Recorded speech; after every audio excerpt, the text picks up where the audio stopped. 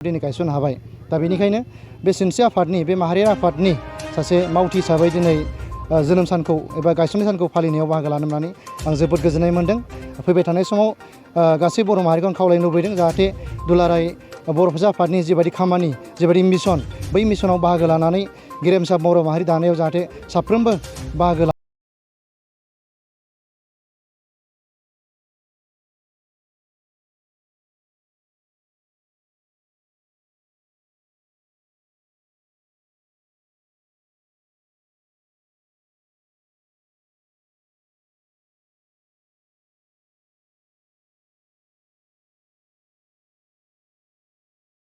थांखि बेखौ मावफुंनो थाखाय थांखि लादों। थांखि हिसाबै गोबां दङ, जेरै बिटा रेकर्ड मावफुंनाय,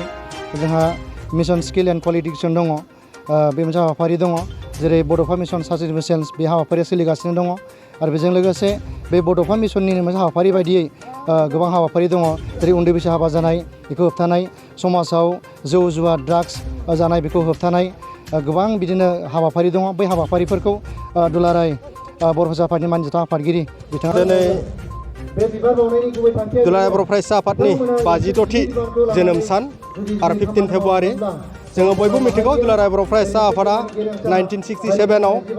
जोनोम मोनजेनदोंमोन। क'क्राझारनि ट्राइबेल रेस्ट हाउसआव दाजेननाय जादोंमोन आरो बेवहायनो मुगानि आगदारि जायखौ जोङो बिमुं होदों बानेस्वर बसुमतारी बिथाङा आफादगिरि महरै बिबान लानानै बे आफादगिरि जाजेनदोंमोन आरो लोगोसेनो कनकेश्वर नार्जारी बिथाङा गाहाय नेहाथारि बिबानखौ मोनदोंमोन। आरो बै समनिफ्रायनो दुलाराय बर' फरायसा आफादा बर' माहारिनि जि थामोनथा रैखाथानि गासैबो दिगाव बा नोजोराव बर' माहारिखौ थांनानै लाखिनायनि थाखाय जि खामानिफोर मावनांगौ बै समनिफ्राय मावगासिनो दङ। आरो बिब्दियैनो दुलाराय बर' फरायसा आफादा गोबां गुबुन गभर्नमेन्टनि जि नारसिननायाव जोङो एसे सिलिंखार जानांगौ बायदि जादोंमोन आरो बै समाव दुलाराय बर' फरायसा आफादा बर' माहारिखौ जुदि बे बुहुमाव फोथांनानै लाखिनांगौब्ला बेखौ नोजोर होनानै उपेन्द्रनाथ ब्रह्मनि दैदेननायाव बिथाङा बर' माहारिखौ जुदि बेहाय फोथांना लाखिनांगोनब्ला बड'लेण्डनि मुभमेन्टखौ बिथांनि जागायनाय जेननाय जादोंमोन। आरो बिब्दियैनो बर' माहारिया दिनै मोनथाम एकर्ड खालामबाय। 1993आव BSC एकर्ड जादों आरो बै BSC एकर्डआव जोङो सनितपुर जिल्ला हिसाबै जोङो बै BSC एकर्डआव जोंनि गामिफ्रा थाफानो हायाखै बा लाफा जायाखै आरो फैनानै 2003आवनो मोनसे BTC एकर्ड जालांबाय आरो बेयो बेल्टिजों जादोंमोन आरो बेयावबो दुखुनांथाव बाथ्रा जोङो सनितपुर जिल्ला हिसाबै जोङो थालांनो गोनां जादों। दा फैनानै दुलाराय बर' फरायसा आफादा फिन जे महात्मा गान्धीनि आदर्शखौ लानानै मोनसे सोमावसारनाय जादोंमोन आरो बेखौ जोङो दुलाराय बर' फरायसा आफादनि बै समनि मानगोनां प्रमद बर' बिथांनि दैदेननायाव 2009निफ्राय बा 2009 सननिफ्राय बेखौ जागायजेननाय जादोंमोन आरो फैनानै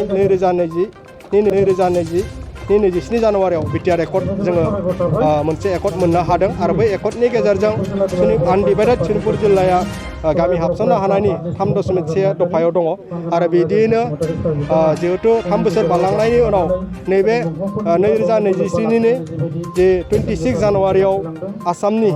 मानगोनां मुख्यमन्त्रि डक्टर हेमन्त बिश्व शर्माया गं 60था गामिखौ बिटिआर आव हाबसनबाय होननानै फोसावदों आरो जोङो सनितपुर जिल्ला हिसाबै बेहाय गोजोननाय दङ आरो बेवहाय बिथाङा मोनसे बाथ्रा बुंदों दे फार्स्ट स्टेप आरो सेकेन्ड स्टेप आरो थार्ड स्टेपनि बाथ्रा बुंदों माने खनसेयैनो बै जेबे जेबे ओनसोला बिटिआर आव थाफागोन बेखौ खनसेयैनो बिथाङा फोसावाखै बेनिखायनो स्टेपनि बाथ्रा बुंदों जाहाथे जोङो नैबे दिनै 56थि दुलाराय बर' फरायसा आफादनि जोनोम सानजों लोब्बा लाखिनानै आङो सनितपुर जिल्लानि आफादगिरि जानानै आङो नैबे समाव खावलायनो सानगोन जाहाथे फैबाय थानाय समाव थाबैनो जिखिनि बिटिआरनि एक्सटेनसननि सायाव मावनो गोनां खामानि दङ बे खामानिफोरा जेन थाबैनो जाफुङो आं बेखौ खावलायदों आरो जिहेतु बिटिआर एक्सटेनसनजों लोगोसे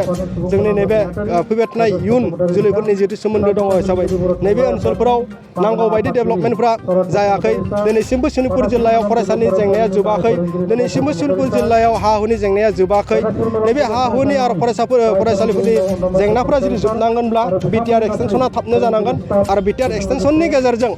स्टेट गभर्नमेन्टआ बबेबा नोजोराव बिथांमोना नुवाखैबा जाहाथे जोंनि बिटिआर गभर्नमेन्टआ बेखौ नुगोन आरो जोङो बेखौ जोंनि गावनि एडमिनिस्ट्रेटिभ लेभेलनि जोङो मावनानै लानो हागोन होननानै जोंहा फोथायनाय दङ बेनिखायनो नैबे समाव सनितपुर जिल्ला दुलाराय बर' फरायसा आफाद जानानै जोङो बेनि सायाव बेखौ खावलायदों आरो सनितपुर जिल्ला दुलाराय बर' फरायसा आफादा दुलाराय बर' फरायसा आफादनि जोनोम सानजों सोमोन्दो लाखिनानै बा दुलाराय बर' फरायसा आफादा गुबुन गुबुन जिल्लाफ्रा गाव गावनि लेभेलाव खुंदों हिसाबै सनितपुर जिल्ला दुलाराय बर' फरायसा आफादाबो दिनै खुंदों आरो गिबियाव जोंहा दुलाराय बर' फरायसा आफादनि जि आर'ज मेथाइ बेयो जानानै थांबाय दुलाराय बर' फरायसा आफादनि फिरफिला बिरहोनाय बेबो जानानै थांबाय आरो दुलाराय बर' फरायसा आफादनि गिबि आफादगिरि बानेस्वर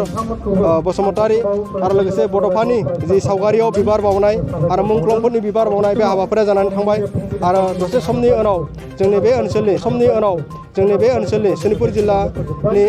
बुद्धिजिबि बा सान्थौगिरि बिथांमोननि जों सावरायनाय हाबाफारि दङ जोंहा दसेनि उनाव आरो 3 बाजिनाय लोगो लोगो जोंहा मास रेलि बा मोनसे लं मार्च हाबाफारि जोंहा दङ आरो लोगोसे मोनाबिलिनि 5 बाजि रिंगायाव गं 50था साखि जि सावनाय बे हाबाफारिफ्रा जोंनि गेजेराव दङ आरो बेखौ सनितपुर जिल्ला दुलाराय बर' फरायसा आफादा गासैबो हाबाफारिखौ मावनो थाखाय आखायाव लादों आरो नैबे समाव आङो खावलायगोन जाहाथे गासैबो फरायसालि लोगो नोंथांमोनजों लोगोसे बे ओनसोलनि बुद्धिजिबि आरो ओनसोलनि गामिनि रायजो राजा बिथांमोना बे हाबाफारिफ्राव बाहागो लागोन आङो बेखिनिखौनो खावलाय गोजोन्थों